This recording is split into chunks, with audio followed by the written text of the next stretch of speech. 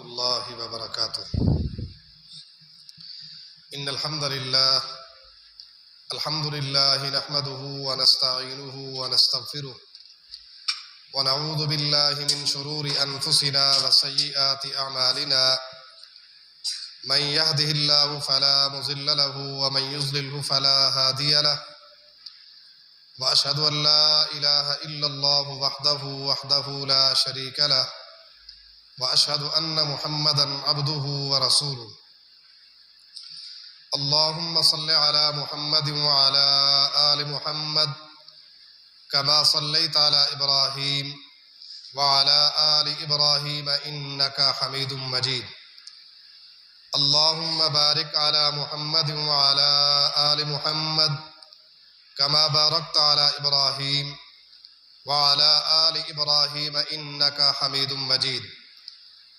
أما بعد فإن خير الحديث كتاب الله وخير الهدي هدي محمد صلى الله عليه وسلم وشر الأمور محدثاتها وكل محدثة بدعة وكل بدعة ضلالة وكل ضلالة في النار. أعوذ بالله السميع العليم من الشيطان الرجيم. بسم الله الرحمن الرحيم. يا أيها الناس اتقوا ربكم إن زلزلة الساعة شيء عظيم.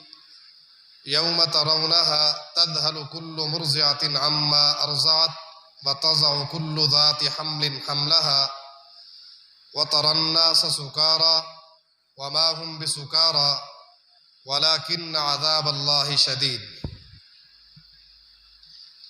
رب اشرح لي صدري ويسر لي أمري واحلل عقدة من لساني يفقهوا قولي. رب زدني علما رب زدنی علما. مختصر حمد و ثنا اور درود و سلام کے بعد اللہ رب العالمین سے دعا ہے کہ مجھے حق سچ بیان کرنے کے بعد ہم سب کو راہ راست پر چلنے کی بھی توفیق نصیب فرمائے۔ اللہ تعالیٰ نے اس دھرتی پر جتنے بھی انبیاء مبعوث فرمائے،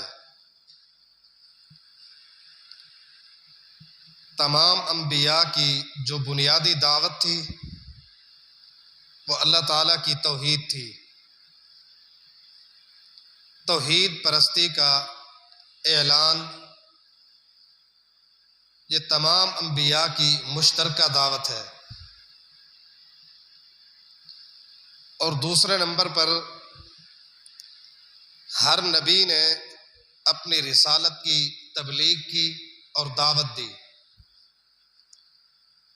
جس نبی کو اللہ تعالیٰ نے جو رسالت جو نبوت عطا کی انہوں نے اس کی تبلیغ کی، اس کی دعوت پھیلائی۔ اور تیسرے نمبر پر سابقہ انبیاء نے دو کام کیے۔ سابقہ انبیاء نے ایک تو یہ کہ وہ احکامات بتلاتے رہے، کیا کرنا ہے کیا نہیں کرنا، اور اس کے ساتھ ساتھ آنے والے نبی کی بشارت بھی دیتے رہے۔ اپنے ماں بعد آنے والے نبیوں کی بشارت دیتے رہے کہ نبی آئے گا کیسا ہوگا، اس کے احوال کیا ہوں گے، اس کے متعلق خوشخبری دیتے رہے۔ کیونکہ نبوت کا سلسلہ باقی تھا، اس لیے وہ آنے والے نبی کی بشارت خوشخبری دے دیتے۔ اور دوسری ایک وجہ یہ بھی تھی چونکہ وہ نبی علاقائی نبی ہوتے تھے، کوئی کس علاقے کا نبی تو کوئی کس علاقے کا نبی، حتیٰ کہ بیک وقت کئی انبیاء اس دھرتی پر موجود رہے، ان کی شریعتیں ان کے احکامات مختلف تھے، تو ان کے امتی ان کے پیروکار ہوتے، یہ سلسلہ چلتا رہا، جس کا ایک اشارہ قرآن مجید نے فرمایا کہ عیسیٰ علیہ السلام نے بنی اسرائیل کو مخاطب کرتے ہوئے فرمایا تھا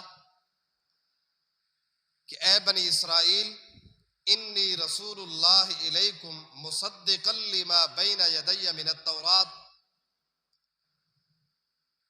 میں تمہاری طرف رسول بنا کر بھیجا گیا ہوں، میں اپنے سے پہلے جو کتاب تورات نازل ہوئی اس کی تصدیق کرتا ہوں، مجھ سے قبل جو کتاب تورات نازل ہوئی ہے میں اس کی تصدیق کرتا ہوں۔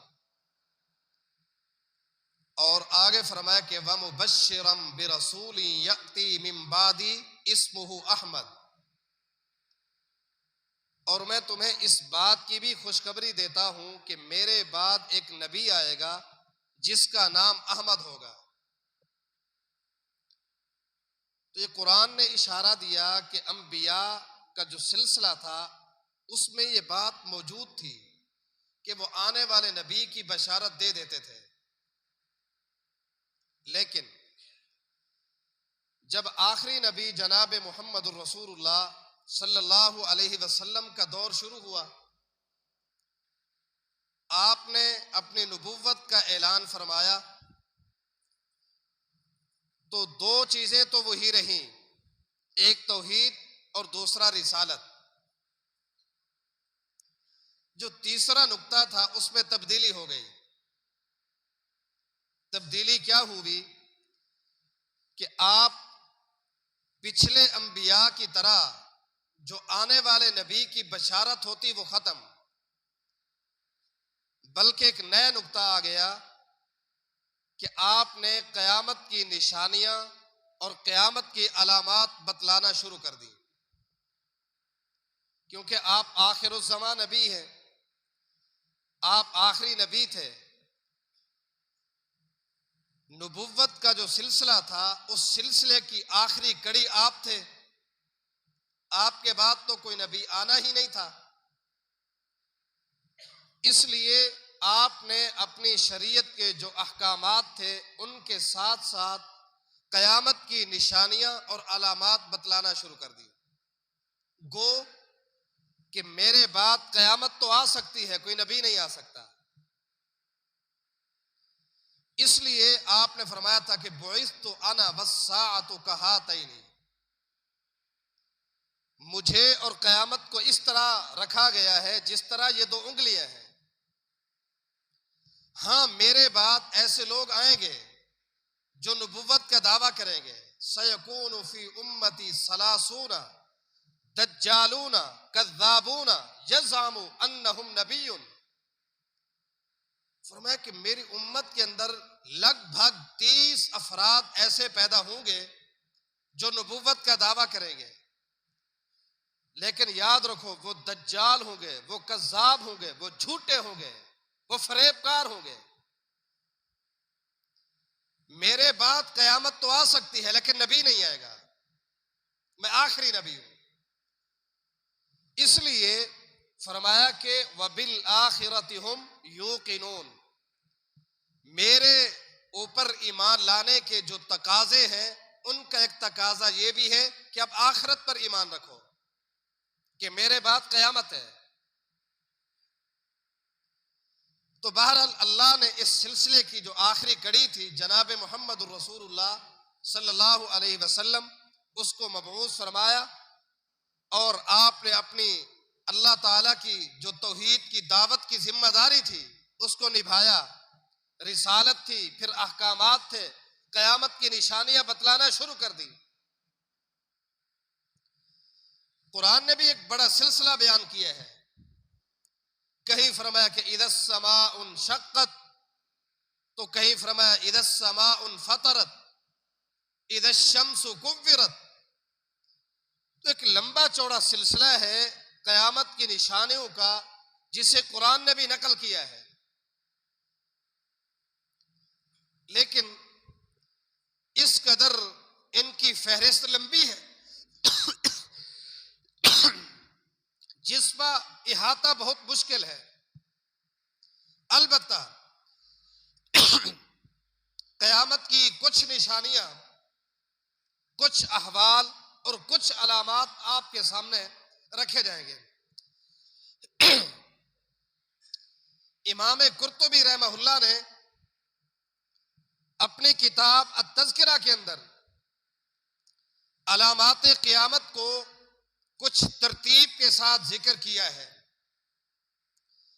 اس کا خلاصہ یہ ہے کہ علامات قیامت تین طرح کی ہے۔ نمبر ایک صغرا، چھوٹی چھوٹی نشانیاں۔ نمبر دو علامات وسطی، درمیانی نشانیاں۔ اور تیسرے نمبر پر بڑی بڑی نشانیاں، علامات کبریٰ۔ لیکن چونکہ یہ ایک لمبی چوڑی فہرست ہے، اس لیے ہم اس کو یوں چلائیں گے کہ ابتدائی نشانیاں، ابتدائی علامات اور آخری علامات اور درمیانی علامات، ابتدائی، درمیانی اور آخری علامات۔ تو اس ترتیب کے ساتھ جو قیامت کی نشانیاں ہیں، جو احوال آپ نے بتلائے ہیں، یا قرب قیامت کے جو فتنے ہیں، وہ انشاءاللہ بالترتیب خطبات جمعہ میں آپ کے سامنے پیش کی جائیں گی انشاءاللہ۔ تو اس سلسلے میں سب سے پہلے امیر المومنین عمر بن خطاب رضی اللہ تعالی عنہ کی ایک حدیث دیکھ لیتے ہیں۔ عمر بن خطاب رضی اللہ عنہ جب خلیفہ بنے، مسند خلافت پر آپ تشریف آور ہوئے، تو آپ نے دوران خطبہ اپنے سامعین سے سوال کیا، حاضرین سے ایک سوال کیا، روایت صحیح بخاری میں موجود ہے۔ فرمایا کہ ایکم یحفظ قول رسول اللہ صلی اللہ علیہ وسلم فی الفتنہ، مجھے یہ بتلاؤ کہ تم میں سے نبی علیہ الصلاۃ والسلام کی وہ حدیث جس میں فتنوں کا ذکر ہے، کون جانتا ہے؟ وہ حدیث کس کو یاد ہے؟ صحابی رسول حضرت حذیفہ فرماتے ہیں کہ مجھے یاد ہے، میں سناتا ہوں۔ حدیث سنانا شروع کی، فرمایا کہ اے امیر المومنین، نبی علیہ الصلاۃ والسلام نے فرمایا تھا کہ قرب قیامت فتنے اٹھیں گے، ہر گھر میں فتنہ ہوگا، ہر گھر میں آزمائش ہوگی، اور حتیٰ کہ اولاد اپنے ماں باپ کے ساتھ، بیوی اپنے خاوند کے ساتھ اس قدر اختلافات، اس قدر فتنہ اور آزمائش، لیکن جب کوئی نماز پڑھے گا، روزہ رکھے گا، صدقہ کرے گا، اللہ اس کی برکت سے اس فتنے کو ختم کر دے گا۔ عمر بن خطاب نے فرمایا کہ اے حذیفہ، لیس ھذا ارید، میں ان فتنوں کے بارے میں نہیں پوچھنا چاہتا، میری مراد یہ نہیں ہے، میرا یہ سوال نہیں ہے۔ میرا سوال یہ ہے کہ وہ فتنے جن کے متعلق نبی علیہ الصلاۃ والسلام نے فرمایا تھا کہ تموج کما یموج البحر، کہ جس طرح سمندر میں لہریں ہیں، سمندر کی لہروں کی مانند وہ فتنے اٹھیں گے، میں ان فتنوں کے بارے میں پوچھتا ہوں۔ میرا سوال ان فتنوں کے بارے میں ہے جنہیں سمندر کی موجوں کے ساتھ تشبیہ دی گئی ہے۔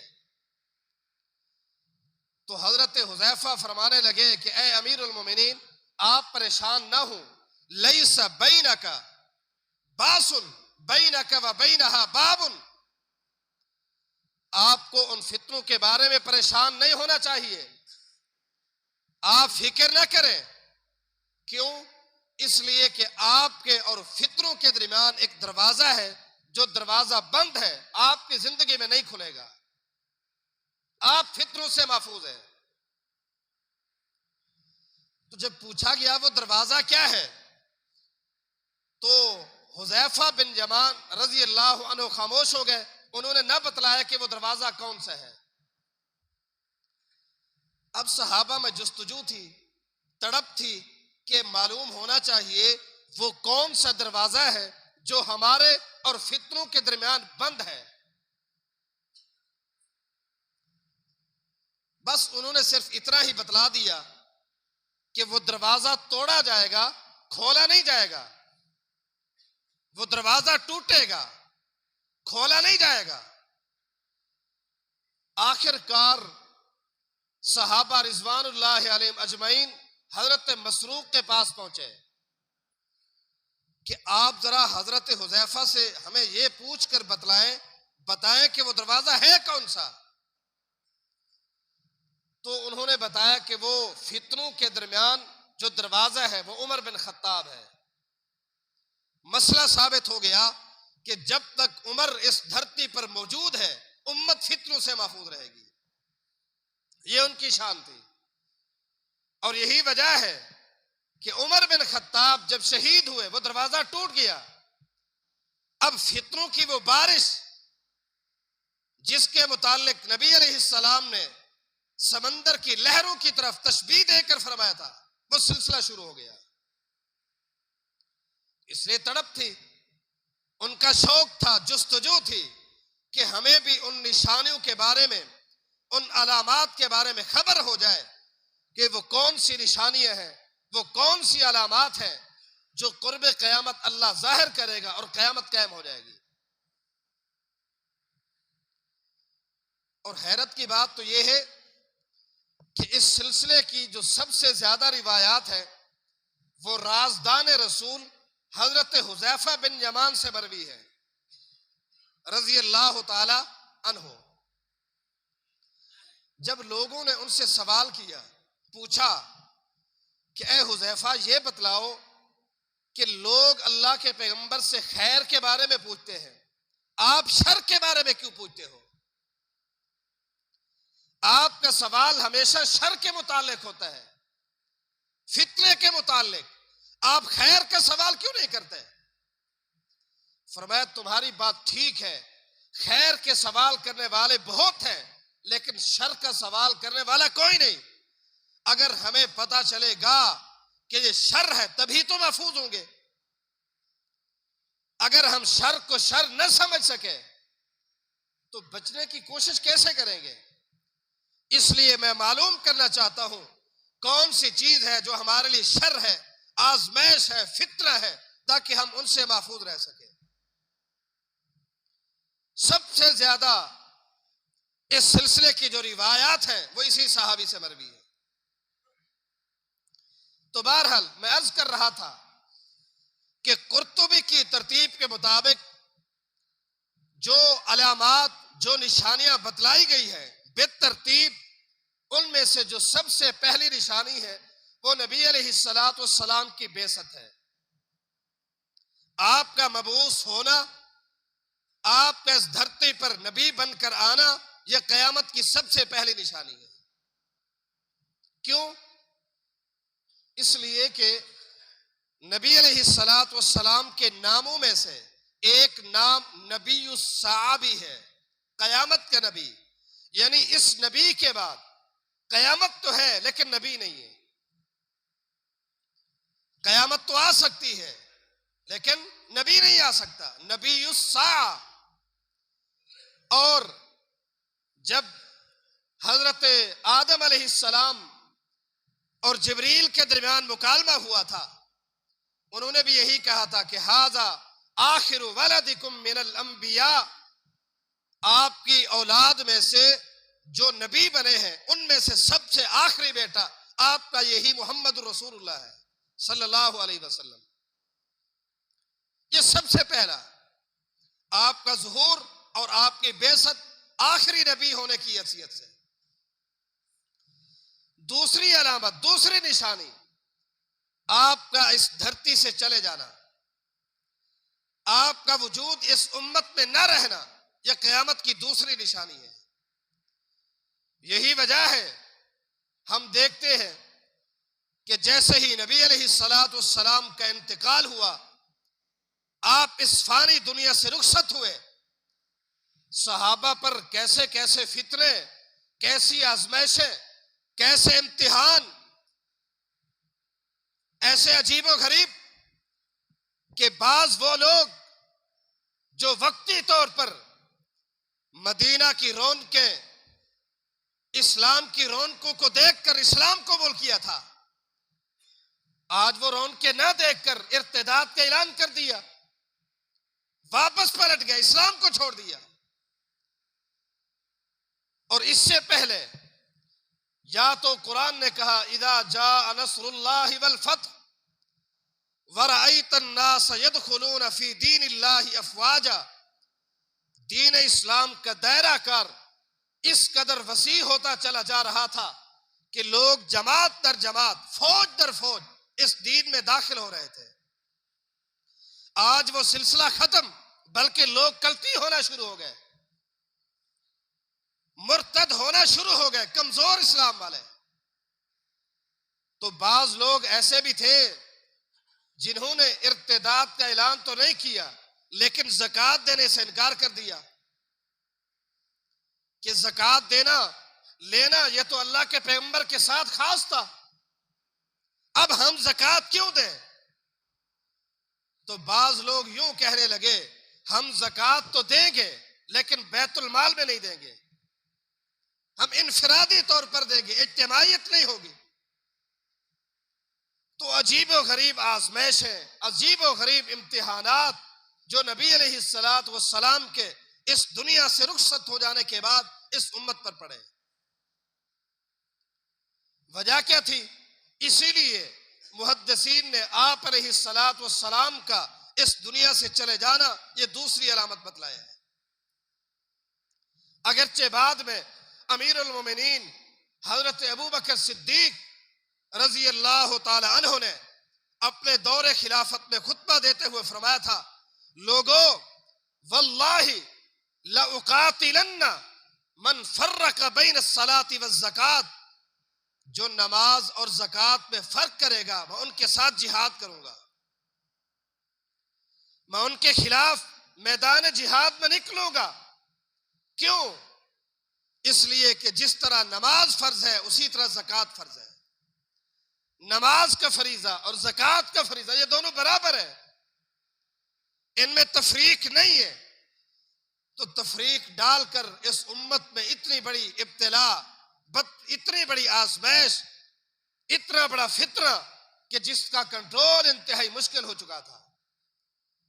تبھی تو عمر بن خطاب رضی اللہ تعالی عنہ نے کہا تھا، مجھے یہ بات اس دن سمجھ آئی تھی جب ابوبکر صدیق نے قسم اٹھا کر کہا تھا کہ نماز اور زکوٰۃ یہ دونوں برابر کے فریضے ہیں۔ میں سمجھ گیا کہ اللہ نے دین اسلام کے لیے جس قدر ابوبکر صدیق کے سینے کو کھول رکھا ہے اس قدر ہمارے سینے نہیں کھلے۔ یہ وہ دور تھا، یہ وہ وقت تھا۔ تو بہرحال یہ ابتدائی طور پر یہ دو علامات، دو نشانیاں آپ کے سامنے رکھی۔ انشاءاللہ بالترتیب آنے والی جو علامات اور نشانیاں ہیں آپ کے سامنے رکھی جائیں گی۔ انہی الفاظ پر اکتفا کرتے ہوئے رب العالمین سے دعا ہے کہ اللہ ہمیں ہر قسم کے فتنوں سے محفوظ رکھے، ہر طرح کی آزمائش سے محفوظ رکھے۔